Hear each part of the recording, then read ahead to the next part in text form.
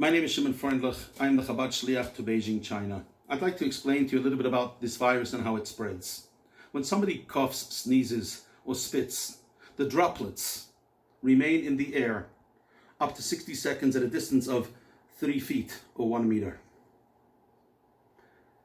When you walk down the street, you may not even know that 60 seconds beforehand, somebody sneezed or coughed in that place, that it has now hit your hands, even if you're wearing gloves, or your face.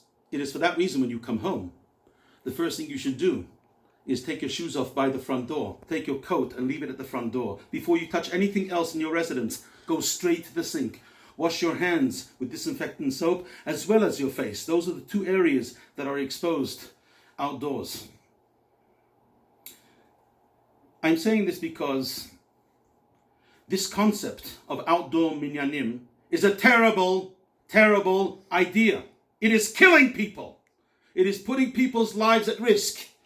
Why? For the simple reason, if at normal outdoor temperature, the droplets last for 60 seconds, imagine with a little bit of wind how far that is carried. It doesn't matter if you're 2 meters apart. You touch the Etz Chaim of the Sefer Torah. Somebody touched it beforehand and the virus has attached itself to their gloves. You are now going to get it as well. Outdoors, it's impossible for that length of time for a person not to touch their eyes, nose, and mouth, which is how it enters into the body. And I want to know if it is really okay by all the medical experts and professionals to have minyanim outside at a distance of 2 meters. Why does Misrad HaBriyut, the Ministry of Health in Israel and all over the world, and the CDC, the WHO, why do they come out and say it's okay to go to the beaches, it's okay to go to the parks, it's okay to go to the public playgrounds, just keep 2 meters away? Why don't they put police over there making sure people are 2 meters apart, and then it would be safe? They don't do it because it's not practical. If you don't want to take my word for it, why don't you find out from all those people, the Rahman al-Islam, that died this week because they attended a Purim party, because somebody wasn't careful, because somebody made a minyan, because it was so important. Halacha is full of the importance of a minyan. Not when it comes to a pandemic. Not when people's lives are at risk.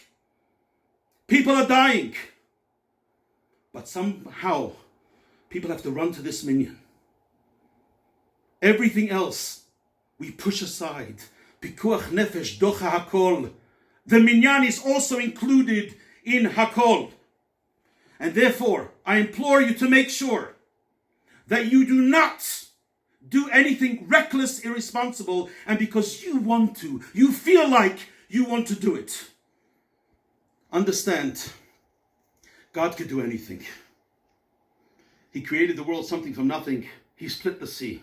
Ma'amad Har Sinai. He gave the Torah Mount Sinai. God could take care of this pandemic. But we need to be responsible. We are fighting an invisible enemy.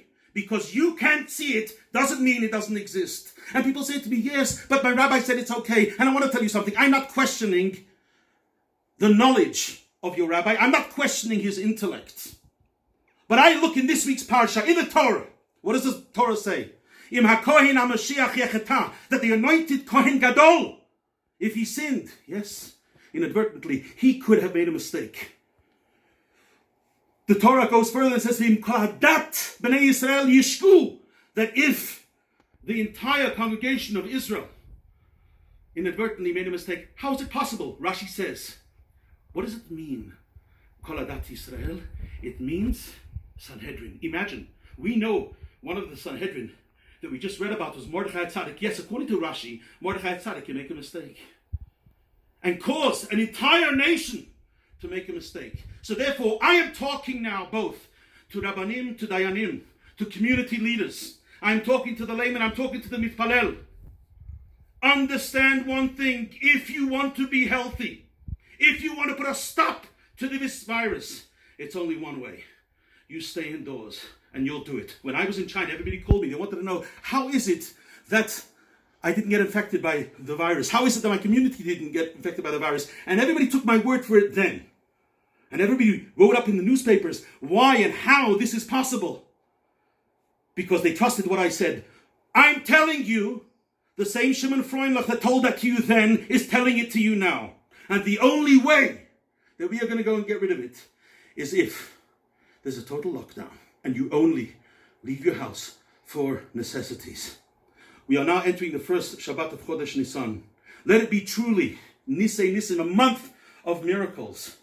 Take care of yourself, your loved ones, your community, the world today, so that we can have a brighter, more better, revealed goodness tomorrow.